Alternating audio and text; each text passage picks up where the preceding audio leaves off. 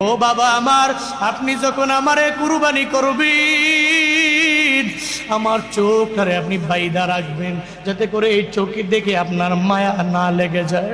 আমি বাবা সন্তান হইয়া এত বছর পরে আল্লাহ আপনার কাছে আমার উপহার পাঠাইলো, আমারে দেখার পরে আপনার মায়া লেগে যাবে।